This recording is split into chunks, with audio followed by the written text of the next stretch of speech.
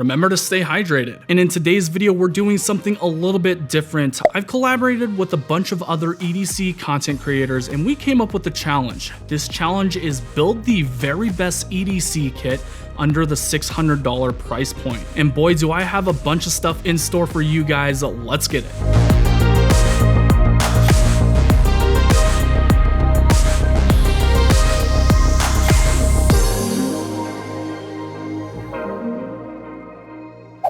What's going on, guys? Welcome back to Everyday Minimalist. My name is Brandon and I hope you're having a great day. So in this video, we're going to be competing against a bunch of other EDC content creators. I'll be leaving the links to their videos in the description below. I'll also be leaving a dedicated link to the polls for this challenge, so go ahead, vote for your favorite video and creator. So in this challenge, we do have to follow a few parameters. Like I said before, it has to be under $600. We have to include a knife, a multi-tool, a wallet, a flashlight, a pen, a key organizer, and then if we have any extra money left over, a wild card option. So let's go ahead and jump into my first pick, and this is actually the wild card, the Garage Built Gear Mighty Pouch Plus. The reason why I picked this specific item is because I like to stay very organized with my personal carry. These things go for about $50 and then have a ton of different options in terms of how you want to organize your stuff. Now, I'm not going to be including any of the Ranger eye patches or the bead or anything else I've done to the pouch. The raw cost of this thing goes for about $50. And here is my knife of choice, the Hogue Deca in Magna Cut blade steel. The reason why I chose this knife is because it comes in at $135 for a knife that has Magna Cut. For those of you guys that are not familiar with blade steels, Magna Cut is one of the most premium blade steels that you can buy today. Typically, knives will range anywhere between like the $300 all the way up to the $1,200 price point with Magna Cut blade steel. But this thing is an absolute steal. Of course, they had to cut some corners, like the actual scales are going to be a little bit more flimsy with polymer, so expect it to be very similar to like the Benchmade bug out in terms of quality. Now, that doesn't knock the fact that this thing is going to be very lightweight, so it comes in at about 2.1 ounces. It's got a deep carry pocket clip and it has this axis lock, which is fantastic to fidget with. Not to mention that the full blackout aesthetic, these things are fantastic and I can recommend it to each and every one of you. Next up is my Prybar pick, and this is going to be the TMP Tiebreaker. So this thing is in titanium. It's the absolute perfect size, and the reason why I chose a Prybar is because I use these very often. So much to the fact that I'll actually pull this thing out once or twice a day to attach my tripod plates to my camera, and it's just very useful if I need like a flathead screwdriver. It has a built-in bit driver within that pocket clip, and then it fits in the hand really well. It's not too big, not too small. This thing goes for about $55, which is an absolute steal. Hopefully you guys can find this thing in stock. Next up is going to be my flashlight or torch of choice, and this is the Streamlight Micro Stream. This thing goes for about $20 to $30 depending on where you get it. And the reason why I like this flashlight so much is because of its overall form factor. It's very compact. It takes a single AAA battery. You've got a tail switch and it gets the job done. It fits inside the pouch really well. You've got a double-sided pocket clip, so that way if you wanted to clip it to the bill of your hat, that's no problem. Or if you wanted to slap it inside your pocket, that is no problem as well. Not to mention, again, this thing is also blacked out. As you guys can tell, there's going to be a reoccurring theme. I really like black things. But yeah, the MicroStream is a fantastic flashlight that I can recommend. Next up is going to be my pen of choice, and this is the Big Idea Designs Pocket Pro Titanium pen. It goes for about $75, so it's not a cheap option, but it's going to last a lifetime. The reason why I went with this one is because it's super versatile. Essentially, you can fit a ton of different ink cartridges no matter what size it is. That makes it super convenient because everyone has a different preference when it comes to their ink refills. I personally like gel refills, and that fits inside this pen no problem. And how it works is basically you just unscrew this top piece here and then you can extend the length of the pen. I love the custom aspect of this specific product. This pen is super compact if you have a smaller ink cartridge and fits in the Mighty Pouch no problem. Next is going to be my multi-tool of choice, and that's going to be the SOG or SOG Power Lock. The reason why this one is really cool is because it has a locking mechanism. So essentially when you pull out one of the tools,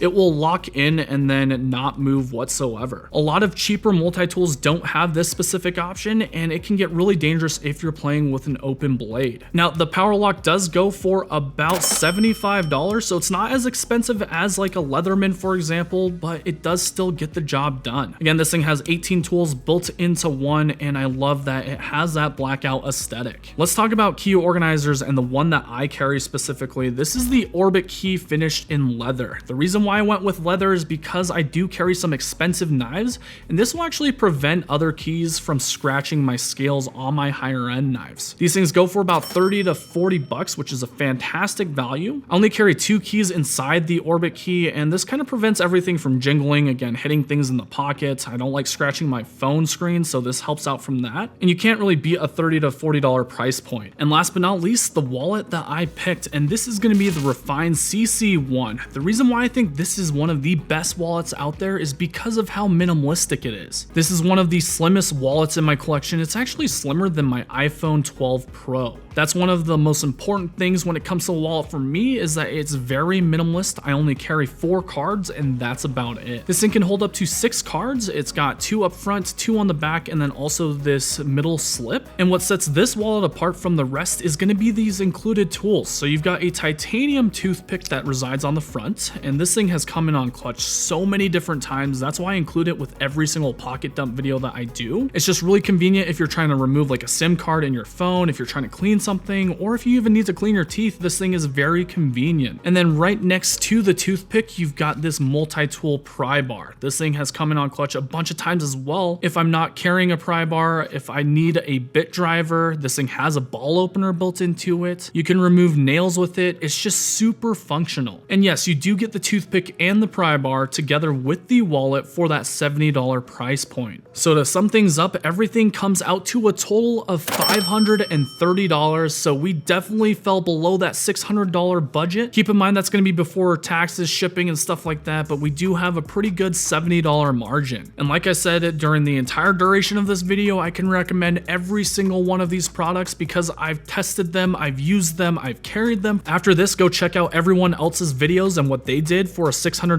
EDC kit. Hopefully I did pretty well on mine. If you liked mine, then go vote for me in that dedicated poll link. Aside from that, guys, thank you so much for dropping by, and we'll catch you on the next one. Peace out.